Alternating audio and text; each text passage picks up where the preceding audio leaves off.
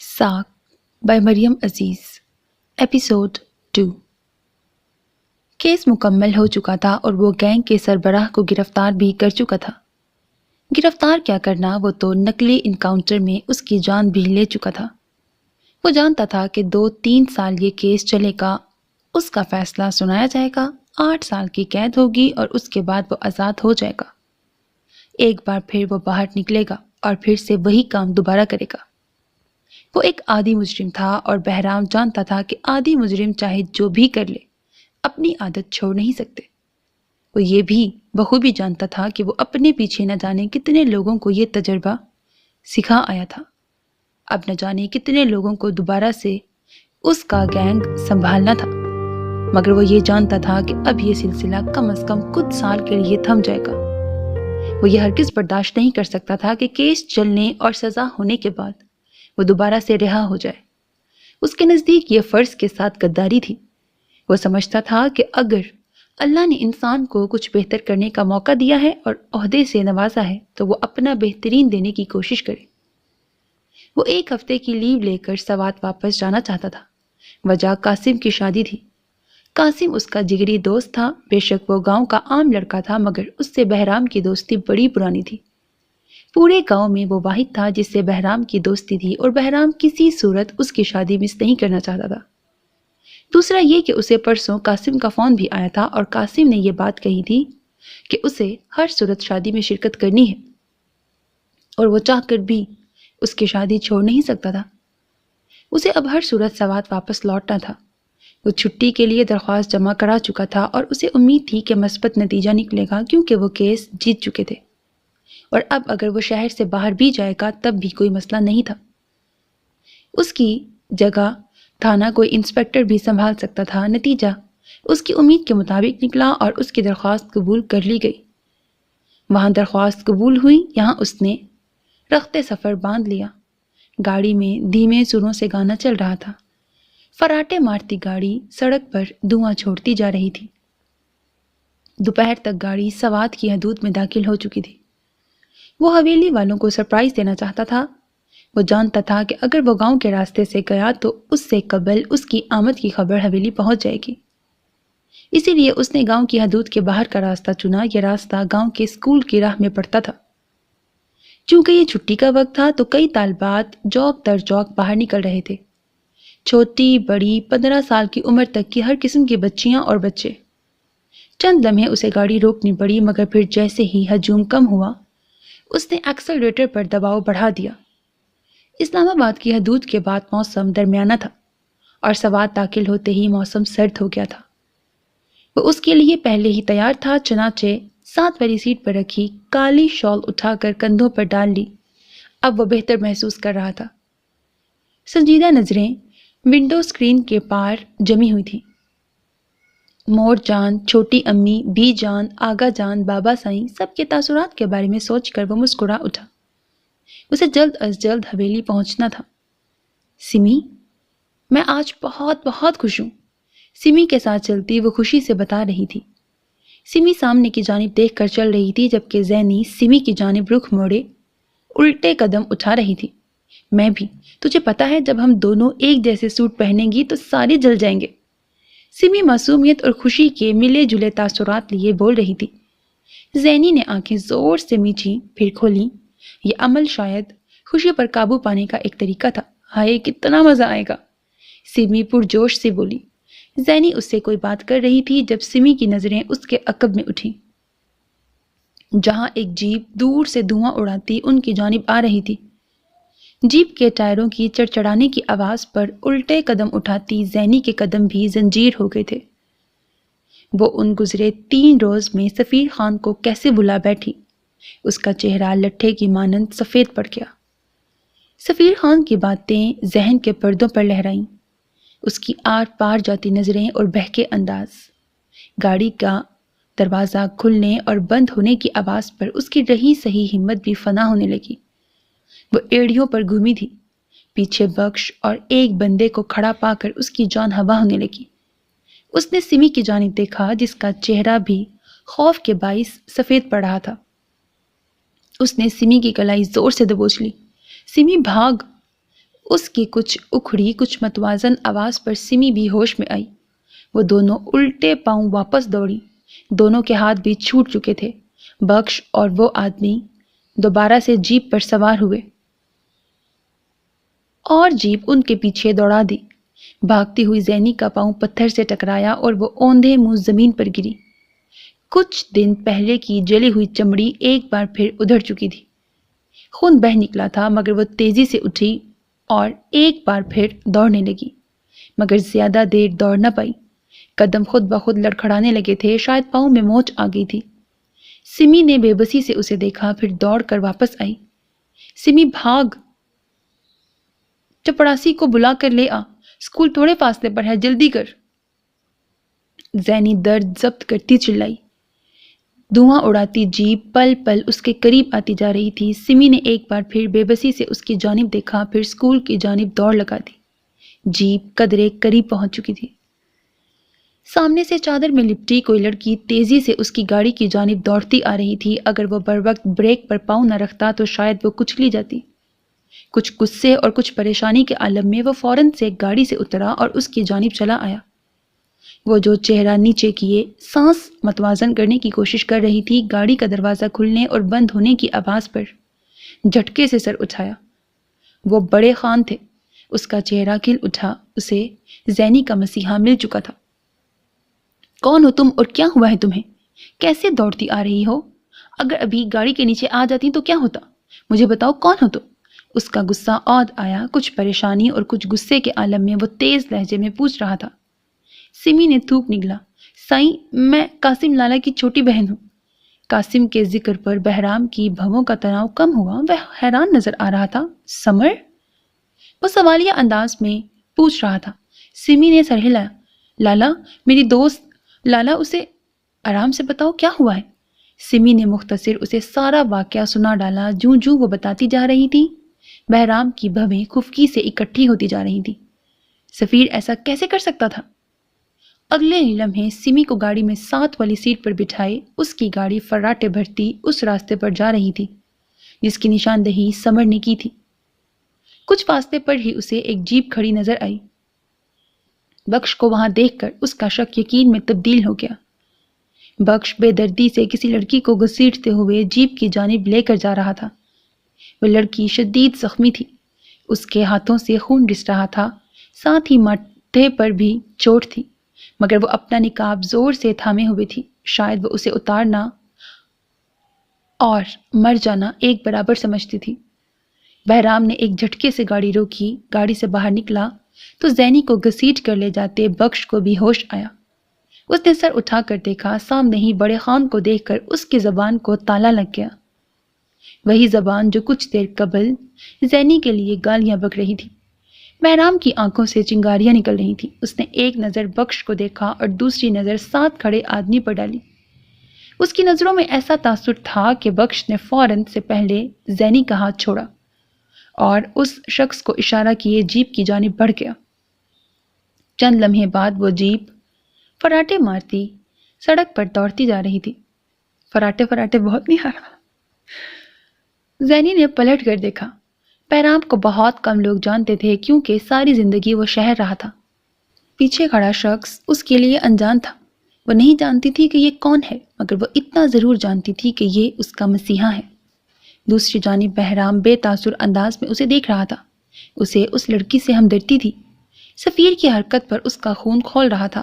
وہ لڑکی شاید لڑی تھی، بہرام کو یہی لگا۔ اس نے سمی کو اشارہ کیا، پھر تقریباً تیزی سے قدم اٹھاتا اس کی جانب چلا آیا۔ اس سے پہلے کہ وہ بے ہوش ہو کر زمین بوس ہوتی، بہرام نے فوراً سے پہلے اسے تھام لیا۔ بہرام کی نظریں اٹھیں اور اس کی نقاب سے جھانکتی آنکھوں پر جا رکیں۔ اس کی آنکھیں نیم وا تھیں۔ ان آنکھوں کے بند ہونے سے قبل ان کا حسین رنگ دیکھتا بہرام ایک پل کو گڑبڑا گیا تھا۔ وہ آنکھیں بڑی حسین تھیں، بہت زیادہ۔ وہ نیم باز آنکھیں قاتل تھیں۔ اس نے سر جھٹکا۔ پل بھر میں وہ دوبارہ سنجیدگی کا لبادہ اوڑھ چکا تھا۔ پھر سمی کی مدد سے اسے گاڑی کی پچھلی سیٹ پر لٹایا۔ گاڑی کا رخ اب کلینک کی جانب تھا۔ کلینک کے باہر اس نے گاڑی تیزی سے روکی۔ ایک بار پھر سمی کی مدد سے اسے نکالے وہ اندر آیا۔ طبیبہ ہیں؟ اس نے کرسی پر بیٹھے آدمی سے پوچھا جو خان کو وہاں دیکھے تیزی سے کھڑا ہوا تھا۔ سلام خان سرکار۔ وہ آداب نبھانے کے چکر میں تھا جب بہرام نے ہاتھ اٹھا کر اسے روکا۔ جلدی سے طیبہ کو بلاؤ۔ اچھا اوپر طیبہ ہوگا۔ وہ ایک نظر درمیان میں موجود بے ہوش وجود اور دوسری نظر سمی پر ڈالے تیزی سے پردہ ہٹائے کونے کے کمرے میں چلا گیا۔ چند لمحے بعد نقاب میں لپٹی ایک عورت تیزی سے باہر آئی۔ بہرام ایک جانب ہوا تو اس نے زینی کو سہارا دیا۔ سمی اور وہ عورت زینی کو لیے اس کمرے میں چلی گئی۔ بہرام وہیں ارد گرد چکر کاٹنے لگا۔ وہ پریشان تھا۔ دفاتر وہ رکا اور سامنے کھڑے شخص کو دیکھا جو بہت غور سے بہرام کی حالت کا معائنہ کر رہا تھا۔ ایک دم ہی بہرام کو خیال گزرا کہ یہ آدمی کہیں اس بات کو گاؤں میں نہ پھیلا دے۔ اسے اپنی پرواہ نہیں تھی، اسے سمی اور زینی کی عزت کی پرواہ تھی۔ اس نے ہاتھ کے اشارے سے اس شخص کو اپنے قریب بلایا، پھر بٹوے سے کئی ہزار کے نوٹ نکال کر اس کی جانب بڑھائے۔ اس شخص کی آنکھوں میں حیرت آ گئی۔ نہیں خان سرکار نہیں، وہ کتراتے ہوئے بولا۔ بہرام نے سر جھٹکا۔ اس کا واسطہ روز ایسے لوگوں سے پڑتا تھا، رکھ لو اور اپنا منہ بند رکھنا۔ اس کے لہجے میں ہلکی سی تپش تھی۔ اب کی بار اس شخص نے فوراً سے پیسے تھام لیے۔ خوش رہیں سرکار۔ وہ مزید بھی بول رہا تھا مگر بہرام کے پاس سننے کا وقت نہیں تھا۔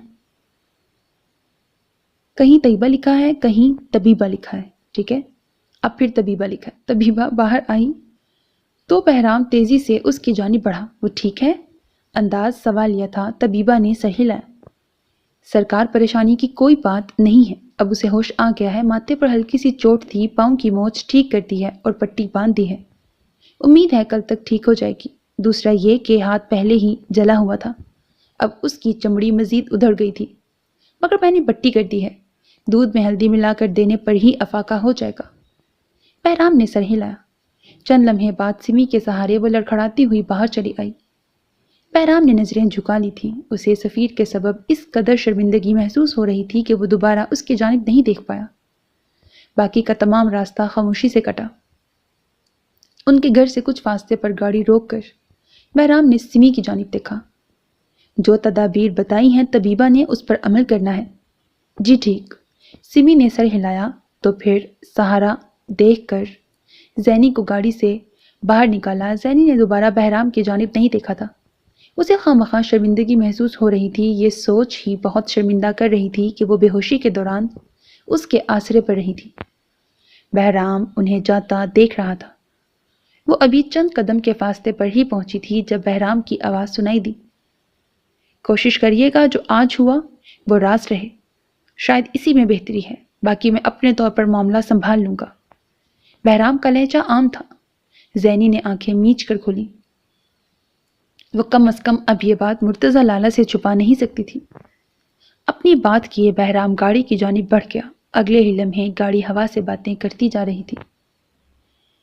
ڈیرے کے ماحول میں سخت تناؤ تھا۔ سفیر کا دماغ خراب ہو رہا تھا۔ وہ بالوں میں ہاتھ چلاتے ارد گرد گھوم رہا تھا۔ بخش ایک جانب کھڑا اسے ادھر ادھر غصے سے گھومتا دیکھ رہا تھا۔ سرکار، اس نے بولنا چاہا جب ہاتھ اٹھا کر اس نے بخش کو خاموش رہنے کا اشارہ کیا۔ لالا کیسے آ سکتے ہیں؟ انہوں نے تو کسی کو اپنی آمد کی اطلاع بھی نہیں دی، پھر یوں اچانک اس طرح؟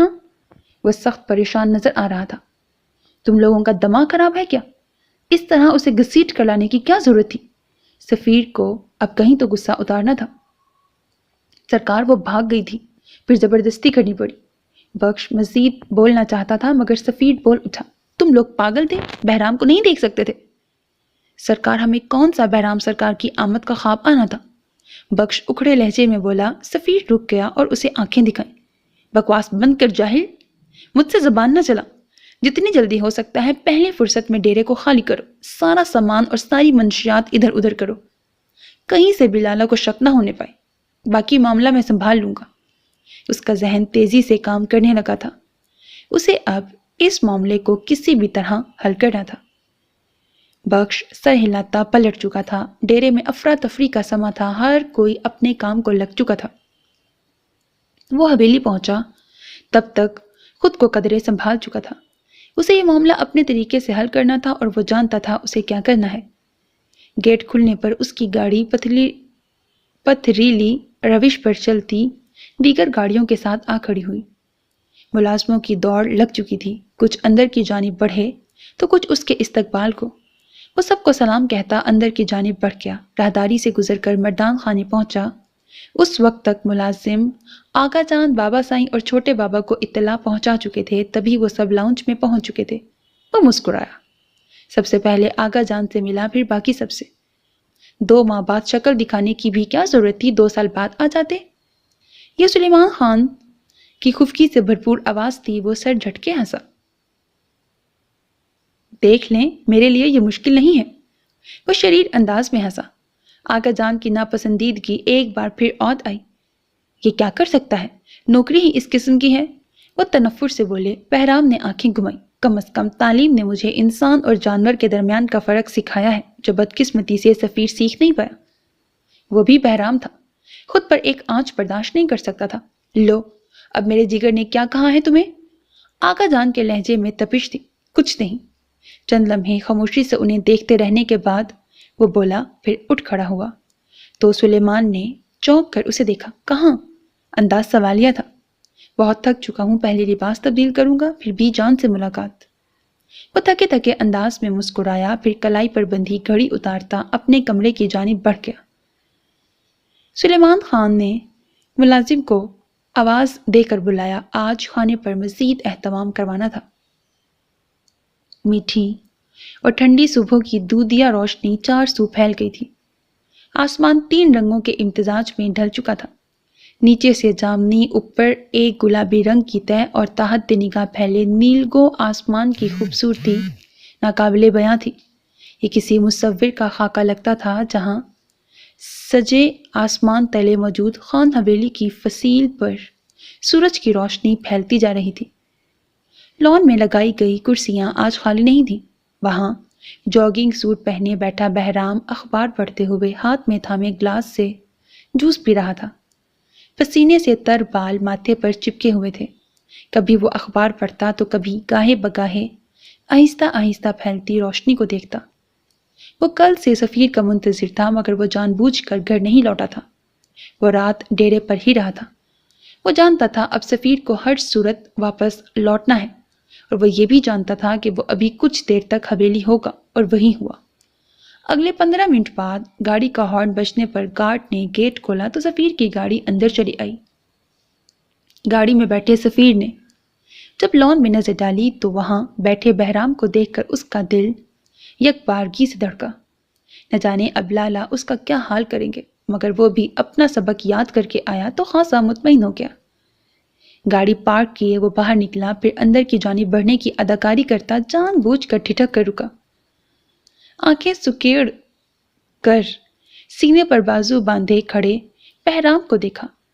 چہرے کے تاثرات ایسے کر لیے جیسے نہ جانے کتنا خوش اور حیران ہو، پھر تیزی سے اس کی جانب چلا آیا۔ لالا، آپ؟ کتنا خوشگوار سرپرائز ہے، وہ خوش دلی سے بولا۔ وہ بے شک بہترین اداکار تھا۔ بہرام چونکا، پھر حیرانی سے اسے دیکھا۔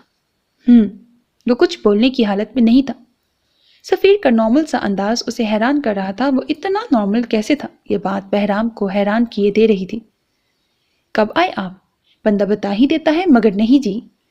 سفیر کی زبان مسلسل چل رہی تھی۔ بہرام خاموشی سے اسے دیکھ رہا تھا، مگر چاہ کر بھی اس کے لہجے اور آنکھوں سے جھوٹ کا عنصر نہ ڈھونڈ پایا۔ کیا ہوا ہے آپ کو؟ سفیر نے رک کر اس کی جانب دیکھا۔ جھوٹ مت بولو، یوں انجان کیوں بن رہے ہو تم ہر چیز سے؟ بہرام سخت لہجے میں بولا۔ سفیر پل کو رکا۔ کس چیز سے؟ انداز سوالیہ اور لہجہ سنجیدہ تھا۔ جھوٹ مت بولو سفیر، کل تمہارے بندے گاؤں کی کسی لڑکی کو اٹھانے آتے ہیں اور تم کہہ رہے ہو کہ کس چیز سے؟ وہ سخت لہجے میں اس کا اپنے کندھے پر رکھا ہاتھ جھٹک کر بولا۔ سفیر نے بھرپور حیران ہونے کی کوشش کی۔ یہ کیا کہہ رہے ہیں آپ؟ میرے بندے؟ کون؟ انداز سوالیہ تھا۔ اس کے انداز ایسے تھے کہ بہرام چونک گیا۔ بخش اور علی، اس نے نام لیا۔ سفیر نے سر جھٹکا۔ ایسا کیسے ہو سکتا ہے؟ وہ اٹھ کھڑا ہوا، پھر جیب سے فون نکالا اور اسکرین پر انگلیاں پھیرنے لگا۔ کیا کر رہے ہو؟ بہرام کا انداز سوالیہ تھا۔ سفیر نے سر اٹھا کر اسے دیکھا، پھر نفی میں سر ہلایا۔ اگر یہ بات سچ ہے تو ان دونوں کو میرے ہاتھوں سے کوئی نہیں بچا سکتا، وہ قطعی لہجے میں بولا۔ تو کیا تم نہیں جانتے اس بارے میں؟ اب کی بار وہ نرم پڑا۔ سمی نے اسے یہی بتایا تھا کہ وہ چھوٹے خان کے آدمی ہیں تو جو اس کی دوست کو اٹھانے آئے تھے۔ چونکہ سمی بھی اس روز کے واقعے سے انجان تھی، اسی لیے وہ اس واقعے کا ذکر بہرام کے سامنے نہ کر سکی، مگر اب سفیر کے انداز، اس کا لہجہ اور اس کی باتیں بہرام کو یہ سوچنے پر مجبور کر رہی تھی کہ یہ قدم صرف اور صرف بخش اور علی نے خود اٹھایا تھا اور اس میں سفیر کا کوئی عمل دخل نہیں تھا، جبکہ سفیر ایک جانب جا کر موبائل کان کو لگائے تیزی سے کوئی بات کر رہا تھا۔ اس کا لہجہ بہت سخت تھا۔ بہرام کو اطمینان ہوا، کل سے جو بات اسے پریشان کیے ہوئے تھی اس کا اثر اب ختم ہو چکا تھا۔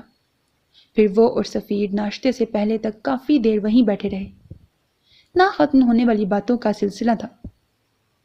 سفیر بھی اطمینان میں تھا۔ وہ ایک معمولی 2 ٹکے کی لڑکی کے لیے اپنی عزت خراب نہیں کر سکتا تھا۔ کمرے کا ماحول بہت گھٹن زدہ تھا۔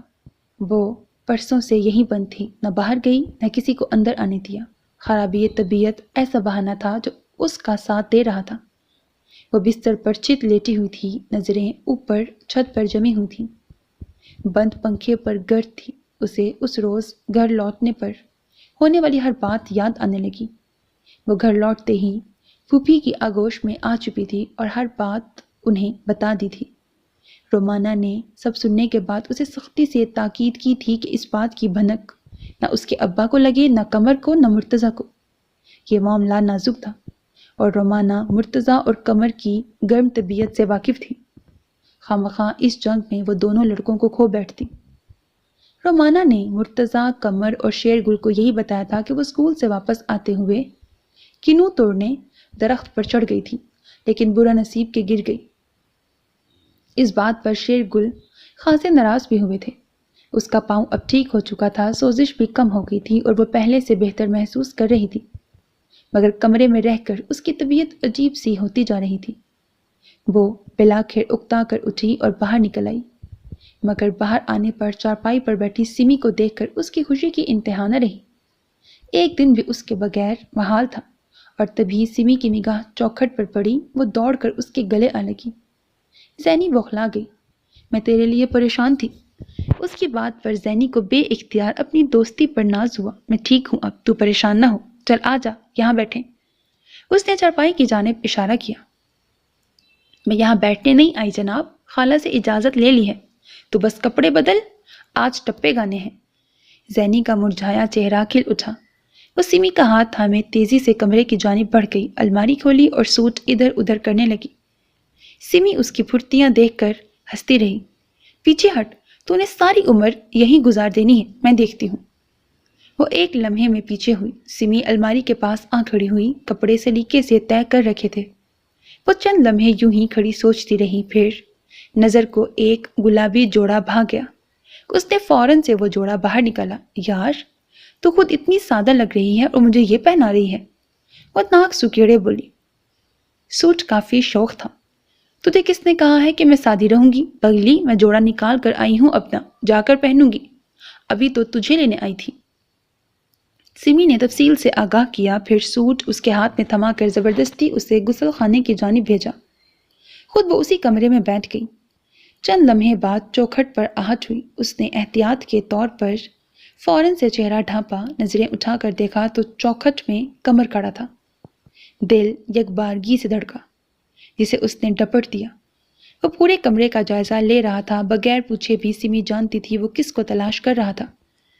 جس کو تلاش رہے ہو آپ، وہ یہاں نہیں ہے۔ سارے عرصے میں قمر نے اس کی جانب پہلی بار دیکھا تھا۔ اسے یوں لگا جیسے سمی کا جملہ نامکمل تھا۔ شاید وہ کچھ اور کہنا چاہتی تھی، مگر کہتے کہتے خاموش ہو گئی۔ مگر قمر کے پاس وقت نہیں تھا، تبھی سر ہلاتا پلٹ گیا۔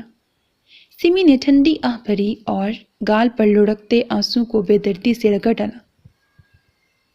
تیرے دیدار کو اٹھتی نگاہ مایوس رہتی ہے، کیفیت دل آج کل عجیب رہتی ہے۔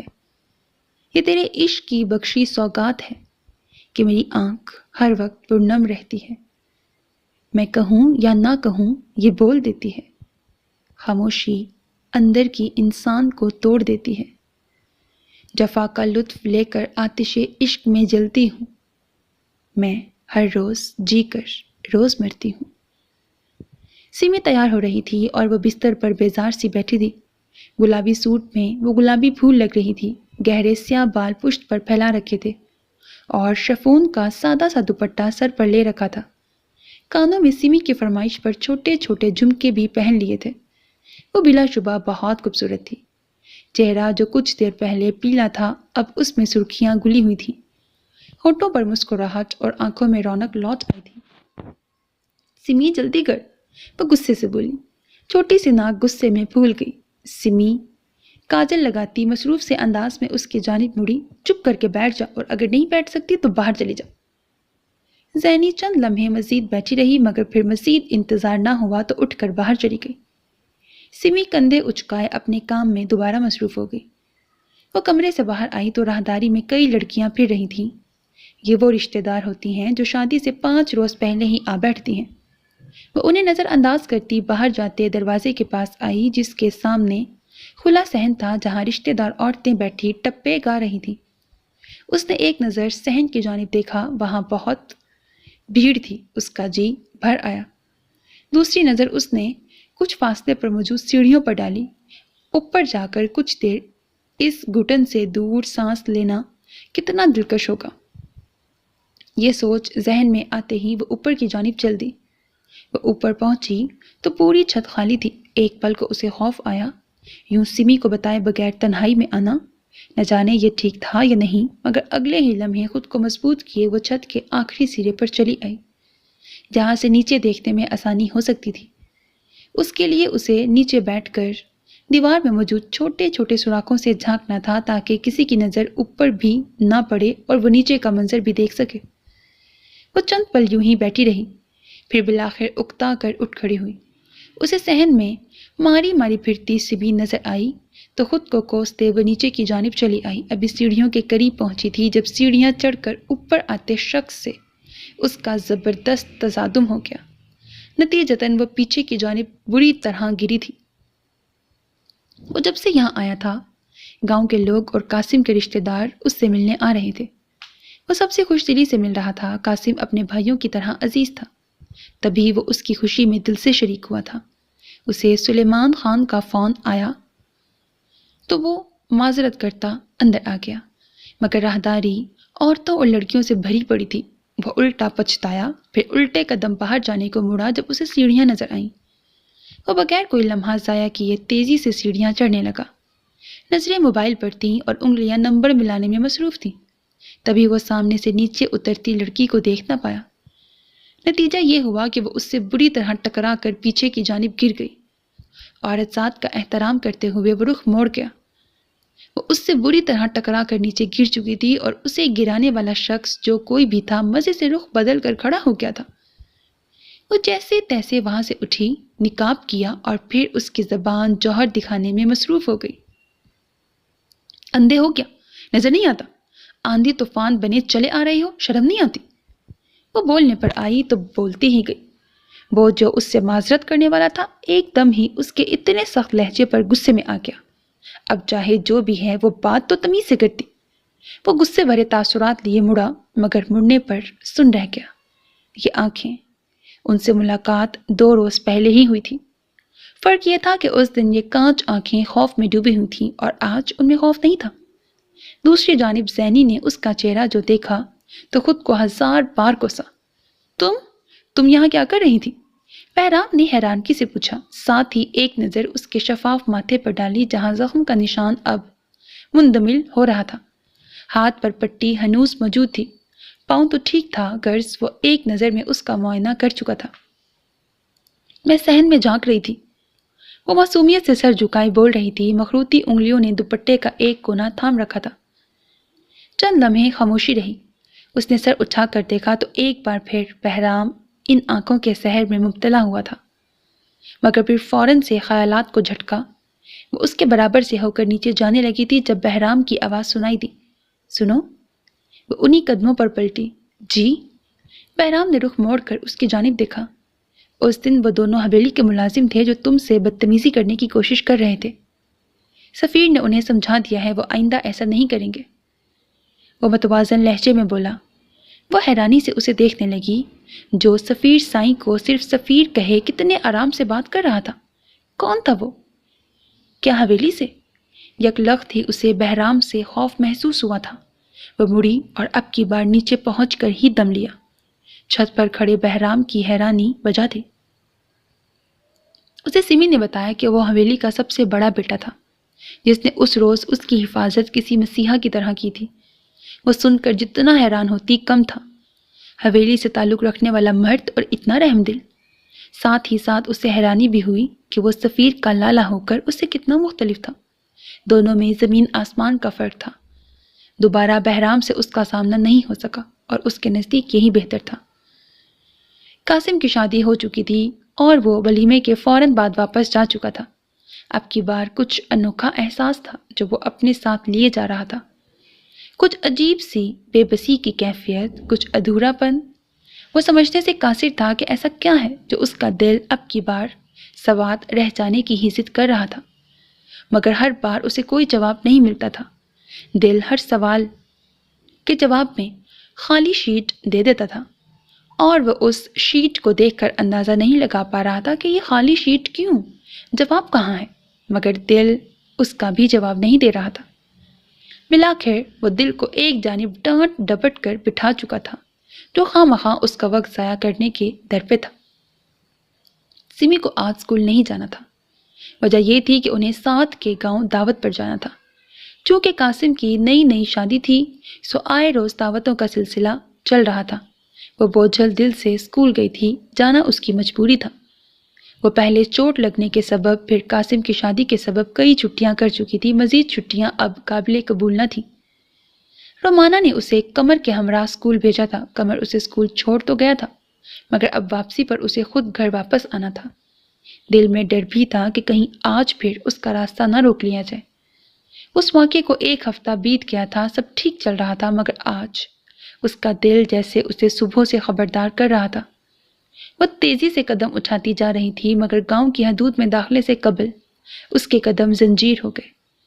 جیپ کے بونٹ پر چڑھ کر بیٹھا اور سگریٹ کے کش لیتا وہ کوئی اور نہیں، سفیر ہی تھا۔ ساتھ بخش بھی کھڑا تھا۔ سفیر کی نظروں نے اس کے پاؤں سے سر تک کا فاصلہ طے کیا۔ سہ نصیب، وہ مونچھوں کو تاؤ دیتے بولا۔ زینی کا رنگ فک ہو گیا، سانس سینے میں اٹکنے لگی۔ یہ غلیظ انسان آخر کیوں اس کے پیچھے پڑ گیا تھا؟ یہ کہانی شاید اس کنو کے باغ سے شروع ہوئی تھی اور نہ جانے اس کا انجام کیا ہونا تھا۔ وہ حویلی کے کام نپٹا کر گاڑی لیے پہلی فرصت میں باہر نکلا تھا۔ اسے زینی کو اسکول سے لینے جانا تھا۔ آج سمی بھی اسکول نہیں گئی تھی، حالات خراب تھے، اسی لیے مرتضیٰ اسے لینے خود نکل پڑا تھا۔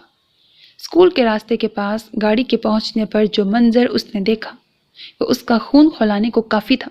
اس کا شک درست تھا، زینی کی یہ کھوئی حالت، اس کے پیچھے کوئی نہ کوئی وجہ ضرور تھی اور آج اسے وجہ کا اندازہ بھی ہو چکا تھا۔ سفیر خان ہی وہ وجہ تھا جس نے زینی کا جینا حرام کر رکھا تھا۔ وہ گاڑی کے بونٹ پر چڑھا بیٹھا تھا، ساتھ بخش بھی تھا۔ مرتضیٰ نے گاڑی کی سپیڈ بڑھا دی اور ایک جھٹکے میں گاڑی سامنے لے جا کر کھڑی کی۔ ٹائر چڑچڑائے، گیٹ کھلا، پھر بند ہوا اور اس کے بعد مرتضیٰ مضبوط قدم زمین پر جمائے ان کی جانب چلا آیا۔ بخش کی ہوا نکل گئی، وجہ مرتضیٰ کی آنکھوں کی چنگاریاں تھیں، مگر سفیر یوں ہی بغیر کوئی اثر لیے بیٹھا رہا۔ مرتضیٰ نے کمال ضبط سے خود کو سنبھالا۔ سرکار، میری بہن ہے یہ۔ لہجہ پرتپش تھا۔ سفیر دلچسپی سے مسکرایا۔ اوہ، یہ تمہاری بہن ہے؟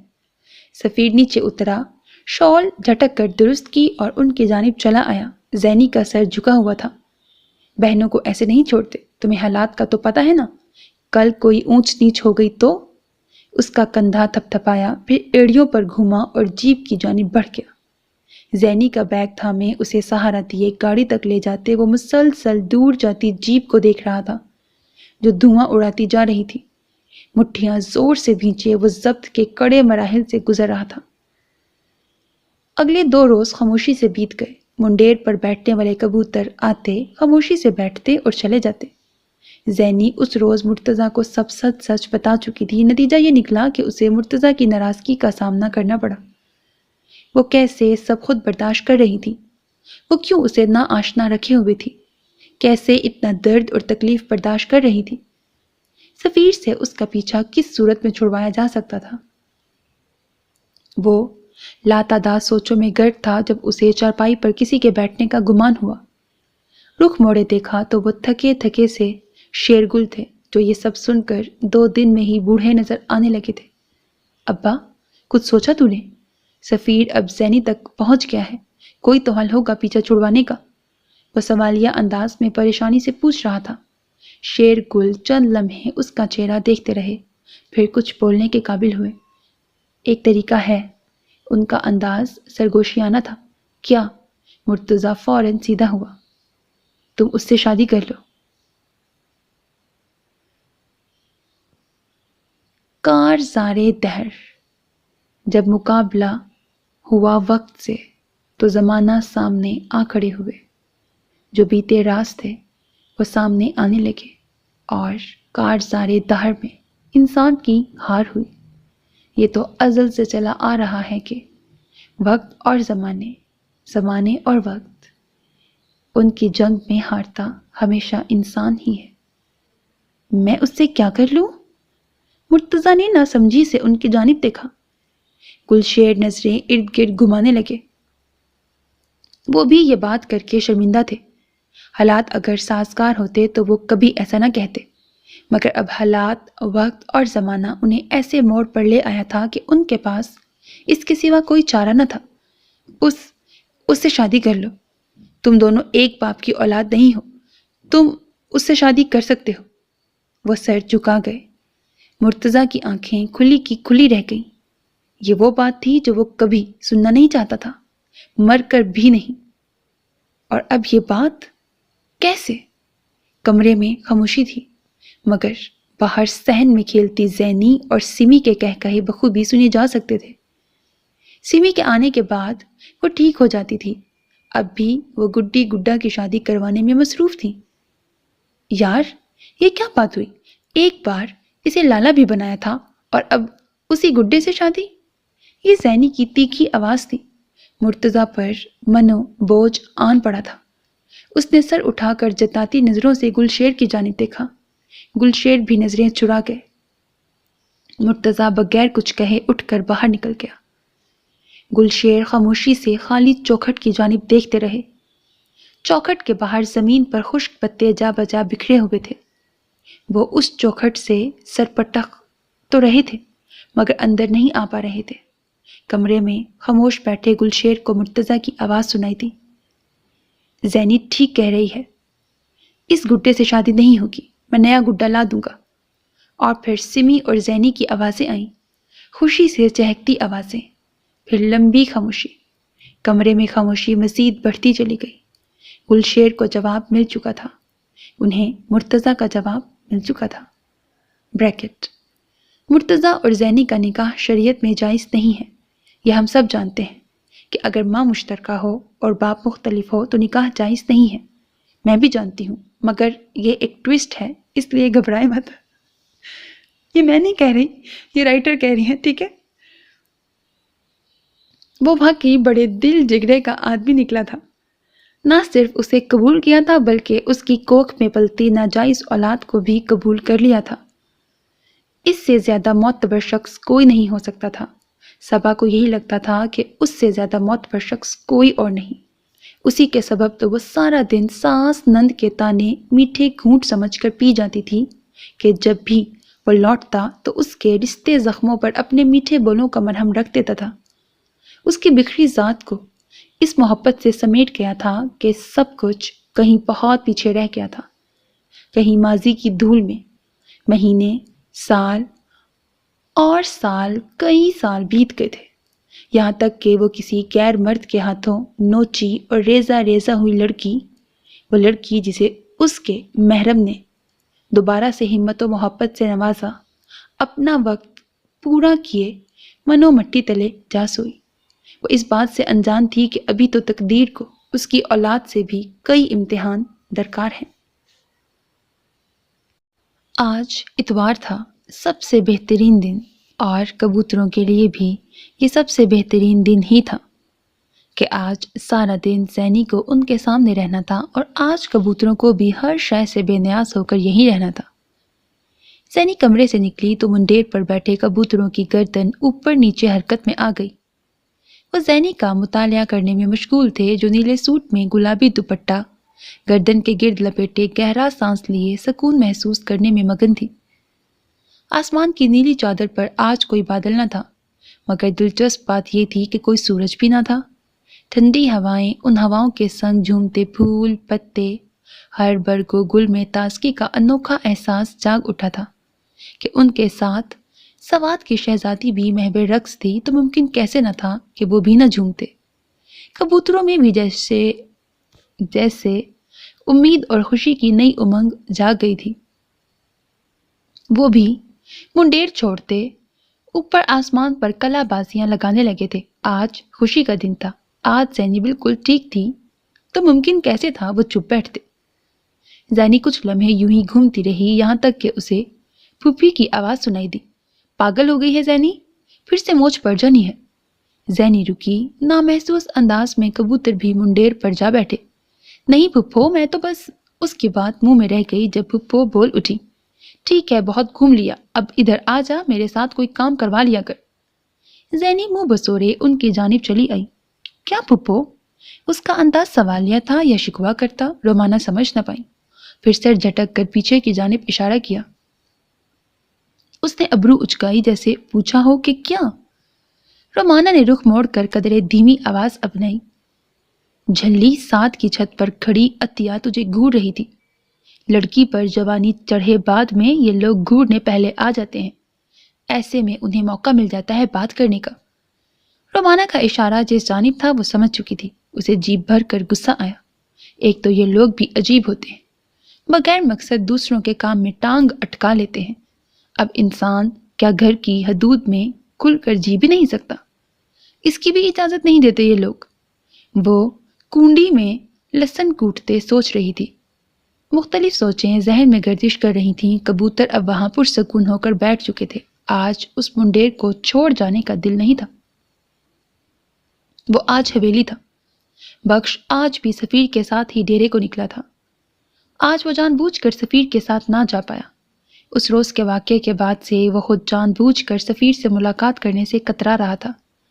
سفیر اگر کہیں نظر بھی آ جاتا تو وہ بہانے سے اس جگہ سے ہٹ جاتا۔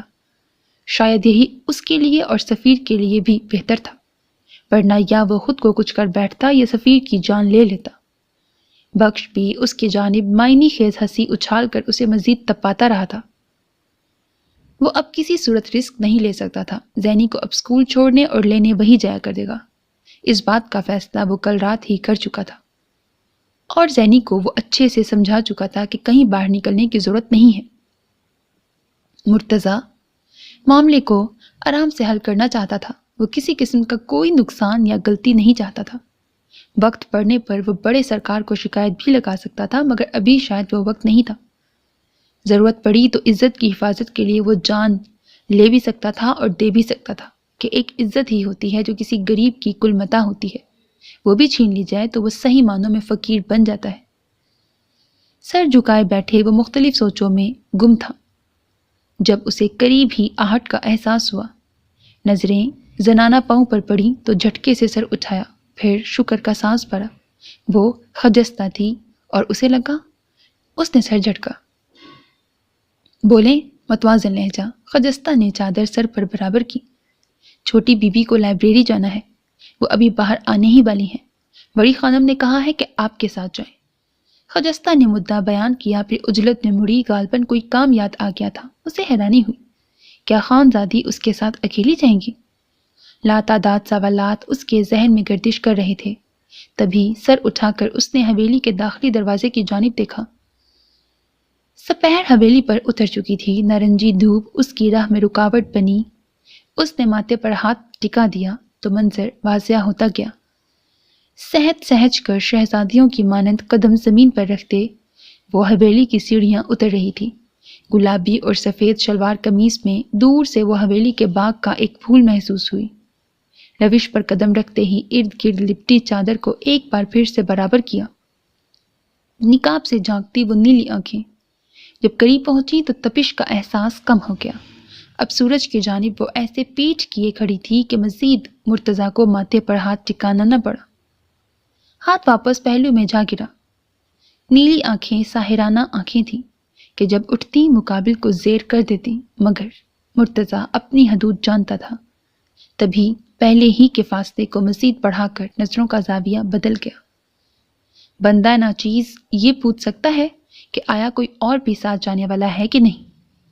اس کے سوال کرنے کا انداز کشف کا جی چاہا کہ اسے کہے، نہیں، آپ بندہ ناچیز نہیں ہو۔ کبھی میرے دل سے پوچھو آپ کون ہو، آپ کی کیا حیثیت ہے۔ پھر دل کو ڈپٹ کر وہ کچھ بولنے کے قابل ہوئی۔ بس ہمیں ہی جانا ہے۔ یہ پہلی بار تھا کہ اس نے ہمیں کا لفظ اپنے لیے ہی نہیں مرتضیٰ کے لیے بھی بولا تھا۔ جو حکم خانزادی صاحبہ،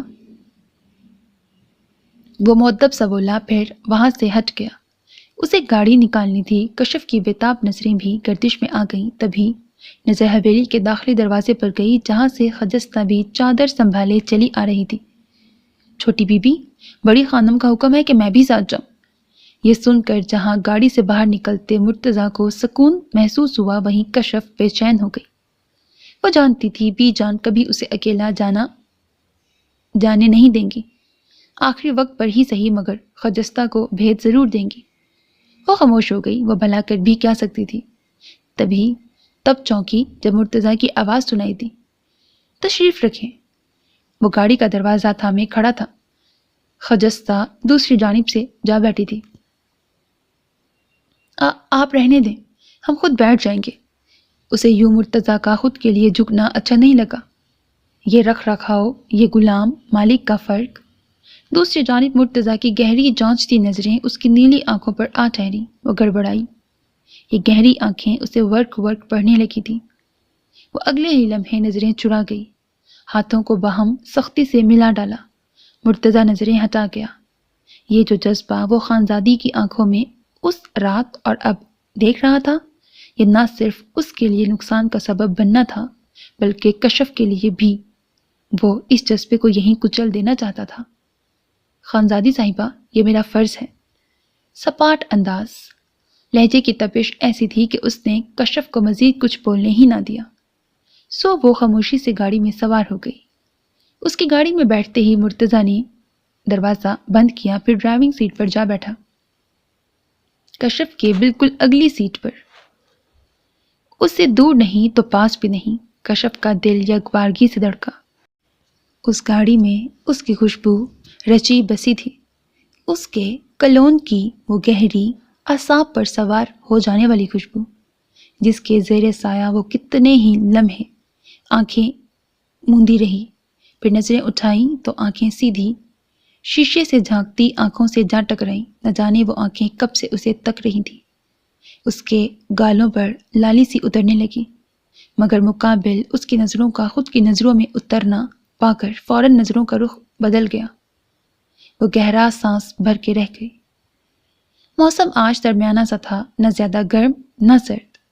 ڈیرے پر آج خاصی خاموشی تھی، جبکہ گودام میں بہرام کے خوف سے رکھا نشہ آور سامان ایک بار پھر باہر نکالا جا رہا تھا۔ بخش اپنی نگرانی میں سارا کام کروا رہا تھا۔ ان کے فرشتوں کو بھی خبر نہ تھی کہ میلوں دور بیٹھے بہرام کی نظر ان کی ایک ایک حرکت پر ہے۔ وہ اب صحیح وقت کے انتظار میں تھا۔ شک تو اسے اول روز سے تھا، تبھی سفیر کی تسلی بھی اسے مطمئن نہیں کر پائی تھی، مگر کچھ سوچ کر خاموش ہو گیا تھا۔ اور اب اس کا پلان کامیاب ہوا تھا۔ آہستہ آہستہ سفیر کا پول اس کے سامنے کھلنے لگا تھا۔ سفیر چھجے تلے تپائی ڈالے بیٹھا تھا۔ سامنے حساب کتاب کھلا پڑا تھا، کئی کاپیاں جن پر خاکے اور نشان بنائے گئے تھے، اور کچھ پر ترتیب بار نام لکھے گئے تھے۔ وہ بس ان پر نظر ثانی کرنے میں مگن تھا۔ رشیدے، اس نے مصروف انداز میں قلم چلاتے ہوئے آواز لگائی۔ اگلے ہی لمحے رشید بوتل کے جن کی طرح اس کے سامنے تھا۔ جی سرکار، وہ معتب انداز میں سر جھکائے پوچھ رہا تھا۔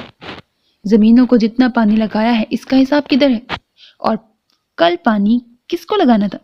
وہ صفحے پر کچھ لکھ رہا تھا۔ سرکار، حساب تو اس نیلی کاپی میں ہے، اور کل جی پانی لگانے کی باری میری اور عظیم کی ہے۔ ساتھ ہی آگے بڑھ کر کاپی اٹھائی اور اس کی جانب بڑھا دی۔ اچھا ٹھیک ہے، میں دیکھتا ہوں۔ تو ایک کام کر، جانوروں کو کھانا پانی ڈلوا۔ ابرو اٹھائے اسے جانے کا اشارہ کیا اور ایک بار پھر کاپی پر جھک گیا۔ نیلی سیاہی سفید صفحے کو بھرتی جا رہی تھی۔ کل آقا جان کو حساب کتاب پیش کرنا تھا۔ دور کسی کی نظر اب تک سفیر پر جمی تھی اور پل بھر بعد سفیر سے ہٹا کر اندر کی جانب کھڑے ہدایات دیتے بخش پر آ جمی۔ یونیورسٹی کے کشادہ گراؤنڈ میں جا بجا طالبات بکھرے ہوئے تھے۔ اکثریت صبح صبح یونیورسٹی حاضری دینے کم اور کیفیٹیریا میں کھانے پینے زیادہ آتی تھی۔ وہ دونوں بھی اس وقت کیفیٹیریا میں ہی پائے جاتے تھے۔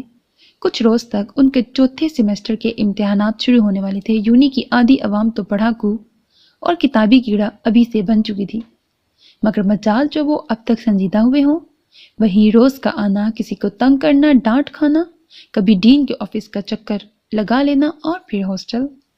شب و روز یوں ہی گزر رہے تھے۔ اس روز کے بعد سے صفا اور مروہ سے سامنا تو ہوا، مگر ان کی جانب سے اب تک جوابی کارروائی نہیں ہوئی تھی۔ خود زعیم اور سائم خود دونوں بھی حیران تھے، مگر کیا کرتے؟ اس روز کے بعد سے دوبارہ تنگ کرنے کا ارادہ بھی کیا تو ان کی گھوریاں ہی ایسی ہوتی کہ چاروں ناچار انہیں خاموشی اختیار کرنا پڑتی۔ یار، کوئی کارروائی نہیں ہوئی دشمنوں کی جانب سے؟ اتنی خاموشی مجھے ہضم نہیں ہو رہی، کچھ تو گڑبڑ ہے۔ زعیم شکی انداز میں بولتا جا رہا تھا۔ سامنے بیٹھا سائم پراٹھے سے انصاف کرتا رہا۔ زعیم کی بات پر رکا، پھر رومال سے ہاتھ پونچھے۔ دیکھ میرے بھائی، مجھے نہیں لگتا کہ ایسا کچھ ہوگا۔ وہ شریف اور اچھی لڑکیاں ہیں، وہ ہمارے ساتھ کچھ کر ہی نہیں سکتی۔ وہ نفی میں سر ہلاتا مکمل بے فکر انداز میں بول رہا تھا۔ زعیم مطمئن نظر نہیں آ رہا تھا۔ صبح سے ہی اس کا ماتھا ٹھنک رہا تھا۔ وجہ کل یونی کے باہر پارکنگ میں کھڑی صفا کے خطرناک اشارے تھے، جیسے بول رہی ہو اب بچ کر دکھانا۔ اب تک تو سب ٹھیک تھا، مگر وہ انجان تھے کہ مصیبت بس 2 قدم کے فاصلے پر ہے اور شرماتے ہوئے ان کی جانب چلی آ رہی ہے۔ سائم بل ادا کرنے گیا تو زعیم نے ٹانگیں پاس کی کرسی پر رکھ دی، فرضی کالر جھاڑے اور سن گلاسز اتار کر پاس میز پر رکھ دیے۔ وہ بالوں میں ہاتھ چلاتا ارد گرد دیکھنے میں مگن تھا جب اسے اپنے ساتھ کسی کے بیٹھنے کا گمان ہوا۔ لمحے کے 11ویں حصے میں کسی خدشے کے زیر اثر اس نے گردن موڑی تھی اور اس کے ساتھ وہ بیٹھی تھی جس کے ساتھ بیٹھنے سے زعیم شروع دن سے پناہ مانگتا آ رہا تھا۔ خودکشی کی شوقین تانیہ حبیب، جو محبت پر ناکامی ملتے ہی خودکشی کی ناکام کوشش کرنے سے بھی گریز نہیں کرتی تھی۔ اس کے بازوؤں پر اتنے کٹ تھے کہ اتنے کسی کٹنگ بورڈ پر بھی نہیں ہوتے ہوں گے۔ فرنائل کی گولی بھی اس پر اثر نہیں کرتی تھی۔ یہاں کسی نے ٹھکرایا نہیں، وہاں تانیہ ہی کیا جس نے خودکشی کی کوشش نہ کی ہو۔ وہ ہر حربہ آزما چکی تھی۔ بقول یونی کے لڑکوں کے، تانیہ چلتی پھرتی خودکشی کی کلاس ہے۔ وہ واحد لڑکی تھی جسے زعیم کبھی اپنے پاس بھی نہیں دیکھنا چاہتا تھا، اور اب اس کا ساتھ بیٹھنا کسی خطرے کی گھنٹی سے کم نہ تھا۔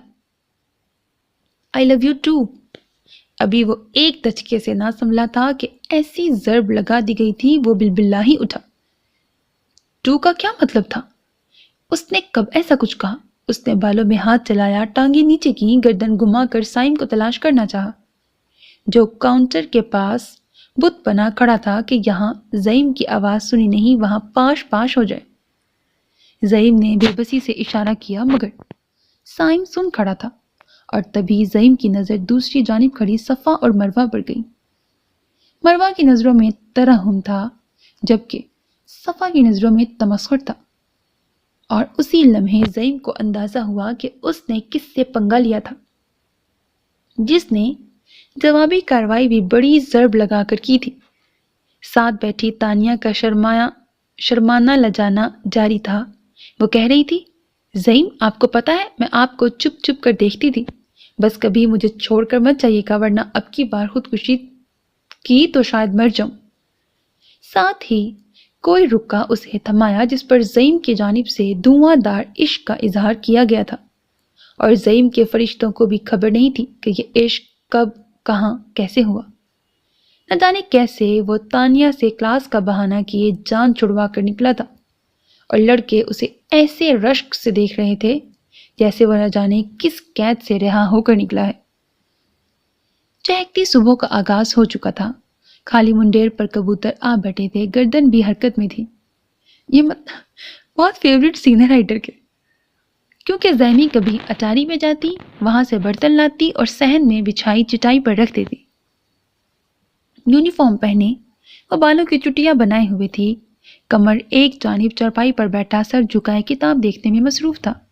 اس کے پرچے شروع ہو چکے تھے، اسی لیے زیادہ وقت وہ پڑھائی میں ہی مصروف رہتا۔ مرتضیٰ تیار ہوئے باہر نکلا تھا، غالباً پاس کی دکان تک گیا تھا۔ گلشیر دھلے چہرے کے ساتھ غسل خانے سے نکلے تھے، سر اٹھا کر موسم کا جائزہ لیا جو کہ درمیانہ تھا۔ آج لگتا ہے بارش ہوگی، ساتھ ہی پیش گوئی بھی کرتی۔ پھر اپنی ہلکی سی داڑھی کو ہاتھوں سے سنوارتے چٹائی پر آ بیٹھے۔ خور بریکٹ بہن میری ایک روٹی بنانا، جواباً رومانہ کی آواز سنائی دی جو خفا لگتی تھی۔ لالا خیال نہیں رکھتا تو اپنا، صحت گر رہی ہے اور ایک روٹی پر کہاں گزارا کرے گا پورا دن۔ اسی دوران دروازہ کھولے مرتضیٰ بھی اندر چلا آیا۔ وہ سیدھا ہاتھ دھونے چل دیا۔ گلشیر نے ٹھنڈی آہ بھری۔ اس روز سے مرتضیٰ نے ان سے زیادہ بات چیت نہیں کی تھی، وہ خفا تھا اور اس بات سے وہ بھی اچھے سے جانتے تھے۔ شاید اس بات نے مرتضیٰ کو دکھ پہنچایا تھا، وہ تو زینی کا بھلا سوچ رہے تھے، اس بات سے بے پرواہ کہ مرتضیٰ زینی کے بارے میں ایسے جذبات رکھتا ہی نہیں تھا۔ مگر وہ کیا کرتے، دونوں ہی ان کو ایک برابر تھے۔ نظریں چائے کی پیالیاں لاتی زینی پر ٹک گئیں۔ ہائے یہ بیٹیاں کتنی جلدی بڑی ہو جاتی ہیں، ہمیں پتہ بھی نہیں چلتا، اور ان کی رخصتی کا وقت بھی چلا آتا ہے۔ ہلکی سی نمی نے منظر میں دھندلاہٹ پیدا کی تو انہوں نے فوراً سر جھکائے آنکھوں کو نامحسوس انداز میں پوچھا۔ ان کی بیٹی بہت معصوم تھی، بہت زیادہ، اور خان کی نظر کا اس پر پڑنا خطرے کی علامت تھا۔ وہ بھی سفیر کی حقیقت سے نا آشنا رہتے اگر جو مرتضیٰ انہیں آگاہ نہ کرتا۔ انہیں اس معاملے پر سنجیدگی سے سوچنا تھا۔ سینے پر بازو لپیٹے اس کی نظریں اطراف کا جائزہ لینے میں مگن تھیں۔ ابھی تھوڑی دیر قبل ہی اس نے ڈیرے کے ایک ملازم کو یہاں ٹہلتے دیکھا تھا۔ غالباً وہ سفیر کے حکم پر یہاں آیا تھا، مگر مرتضیٰ کو دیکھتے ہی الٹے پاؤں لوٹ گیا تھا۔ مرتضیٰ جانتا تھا اب جلد یا بدیر سفیر کا پیغام مل جائے گا اور اسے سفیر کے سامنے حاضر ہونا ہی پڑے گا۔ وہ گیٹ سے باہر نکلی تو مرتضیٰ حویلی کی گاڑی سمیت کھڑا تھا۔ وہ چادر مزید سرکا کر سر پر لیے گاڑی کی طرف چلی آئی۔ سلام لالا۔ اس کی آواز چہک رہی تھی، ساتھ ہی سمی بھی تھی۔ وہ ان دونوں کو ایک ساتھ ہی اسکول چھوڑتا اور لینے آتا تھا۔ وعلیکم السلام، آج دیر کر دی باہر آنے میں۔ ان کے لیے گاڑی کا دروازہ کھولا، پھر بند کیا اور گھوم کر ڈرائیونگ سیٹ پر آ بیٹھا۔ بس تھوڑا سا کام تھا مس کو، اسی لیے۔ سمی جلدی سے بولی۔ زینی کھلکھلائی۔ وہ مصنوعی کھانسی تو سمی نے اس کے پاؤں پر پاؤں دے مارا۔ آج لگتا ہے کسی کو سبق نہیں آیا۔ مرتضیٰ کا چھوڑا تیر نشانے پر جا بیٹھا۔ سمی نے گھما کر ایک تھپڑ زینی کی کمر پر دے مارا، جس پر زینی نے اسے گھورا۔ مرتضیٰ کو اس کے انداز پر ہنسی آ گئی۔ کسے کھانے ہیں گول گپے؟ یہ پوچھنا تھا کہ زینی ایک ہی جست میں پیچھے سے چھلانگ لگائے فرنٹ سیٹ پر آ بیٹھی۔ نیکی اور پوچھ جلدی کریں۔ آواز خوشی سے چہک رہی تھی۔ مرتضیٰ نے مسکراہٹ دبائی اور گاڑی ریڑھی کے قریب جا روکی۔ تم دونوں بیٹھو، میں لے کر آتا ہوں۔ انجن بند کرتا وہ انہیں ہدایات دیتا گاڑی سے نکلا۔ 10 منٹ بعد ہی وہ گول گپوں کی ٹرے لیے واپس آ چکا تھا۔ یہ پکڑو زینی، ایسا کرو پیچھے جا کر سمی کے ساتھ بیٹھ کر کھا لو۔ پیچھے سے کچھ نظر نہیں آتا، میں باہر انتظار کرتا ہوں۔ سمی کے پردے کا لحاظ کرتا وہ باہر ہی رہا۔ محض 10 منٹ سے بھی کم عرصے میں وہ دونوں ٹرے چٹ کر چکی تھی۔ زینی نے نقاب کیا اور پھر ہاتھ بڑھا کر ہارن بجایا تو کسی سے فون پر بات کرتا مرتضیٰ اختتامی کلمات کہتا گاڑی کی جانب چلا آیا۔ فون واپس جیب میں رکھا۔ زینی نے خالی ٹرے اس کی جانب بڑھائی، آنکھیں 2 بار پٹپٹائیں۔ مرتضیٰ کو ہنسی آئی۔ مجھے معلوم تھا دوسری ٹرے بن رہی ہے، تب تک املی کا پانی پی لو اور آنکھیں صاف کرو۔ مجھے لڑکیوں کی سمجھ نہیں آتی، برا حال ہو جائے پھر بھی گول گپے کھانے نہیں چھوڑیں گی۔ وہ جیب سے واپس فون نکالتا بڑبڑا رہا تھا۔ وہی ہوا جس کا اسے یقین تھا۔ وہ ان دونوں کو گھر چھوڑے ابھی حویلی پہنچا ہی تھا جب علی ڈیرے سے پیغام لیے آ گیا۔ سرکار نے تمہیں یاد کیا ہے۔ مرتضیٰ جانتا تھا کہ سفیر نے اسے کیوں طلب کیا ہے۔ خود پر جبر کرتا وہ گاڑی لیے ڈیرے کی جانب چل دیا۔